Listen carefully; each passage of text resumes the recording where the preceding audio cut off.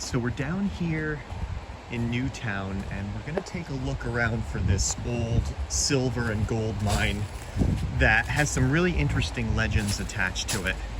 Wow, look at this ledge here. Wow, that's quite a ravine. I could imagine just panning for gold down there in the 18th century. Look at that cliff. This is a really rugged part of town here. There's some rapids down there in the river. Look at that cliff. So let's head down this road. Okay, it looks like we came to a really decrepit bridge here. It looks like someone made an attempt to make a path, but it's probably more trouble than walking actually on the rails.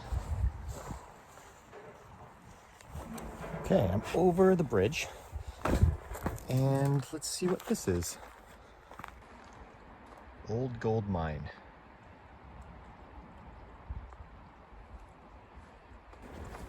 Okay, so the sign said 1750s, but that's actually earlier than the date that I found. So the earliest date I found is 1764. And in 1764, we have a lease between a New York City merchant and a local Newtown resident here for mining the silver and gold ore from this hill.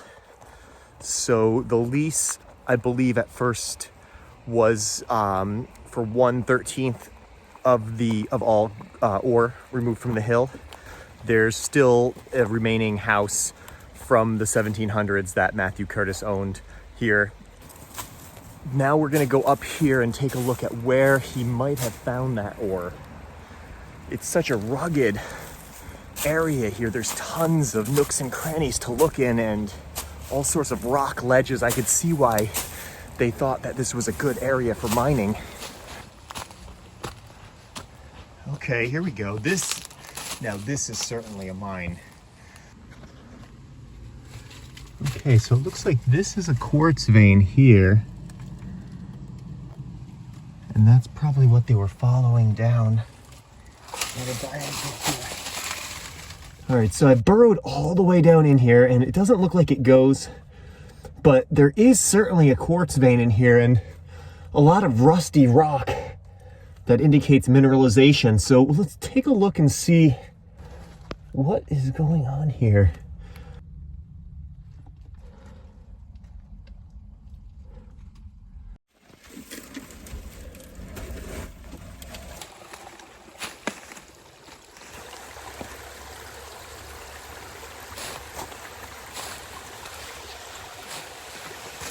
All right, so we got this little tunnel here, this little man-made kind of arch, and there's definitely a vein of minerals in this. This may have originally been an adit that was driven through the rock here, and they just daylighted it on both ends and started removing the ore until there was nothing left but this one last pillar. And this pillar still has minerals in it. I could see pyrite in it. So they were onto a vein here, and they certainly didn't waste any time in mining this away. Who knows how much of this rock was actually removed here? There's really no way to say what's natural and what's been mined away. But this short tunnel is certainly not natural. So there is an interesting story associated with this mine that the British Army was working the mine during the Revolutionary War. But that story has been debunked in an article written back a while ago. But there may have been some truth to that, because we know that the British Army was mining silver in Middletown and also at Sing Sing on the Hudson River. So if they're mining those sites, who's to say that they weren't mining here? They may have been. It probably wasn't during the Revolutionary War, because that wouldn't have been allowed, especially in an area like here in Connecticut. But maybe for a short period of time, the same miners that were under the command of Colonel James at Middletown and Sing Sing worked here for just maybe even a short time, maybe just 1 month, just to see what minerals could be found. So there may be some truth to the story. but we probably won't know without more research on this site. As of now, we only have the 1764 document. Let's take a look. We'll go all the way up to the top of this ridge and see what we can find.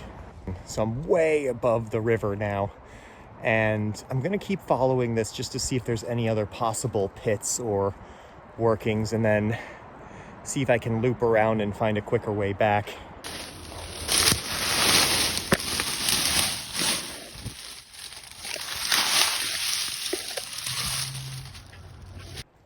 That's where I gotta go, and that's where I am now.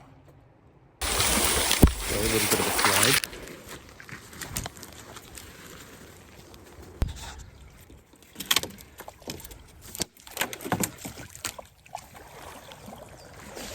So I checked out the whole entire hillside here and all the way up to the top. And I didn't find anything except for a few small prospects. Well, we don't know. Maybe there was a little bit more at that tunnel that was mined away, but it was still fairly small. And it's an interesting site because it goes back to 1764, and we have the document between John Blackwell and Matthew Curtis. Matthew Curtis, there's still a Matthew Curtis house in town here.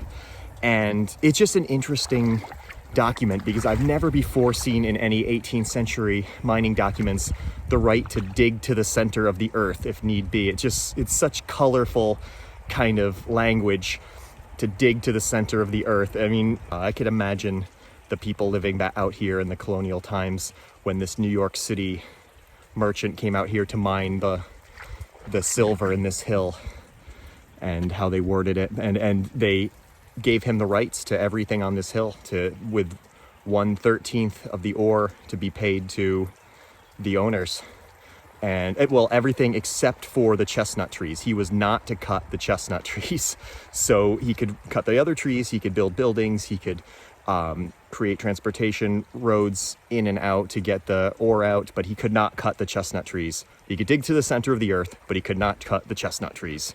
So I'm pretty wet here. So I'm gonna head back up to the Land Rover, and I'm gonna keep researching this site. It's really interesting. I would love to find something that connects Colonel James with this site, because the legends of the Redcoats mining out here during the Revolutionary War, there may be some truth to it. I doubt it was during the Revolutionary War, but we know that in the 1760s, the British Army was mining at Middletown, and they were mining at Sing Sing. Maybe they had something to do with this site as well. We just don't know. So I'm gonna head back to the Land Rover and get dried off, and we'll keep on researching. We'll see what we can find.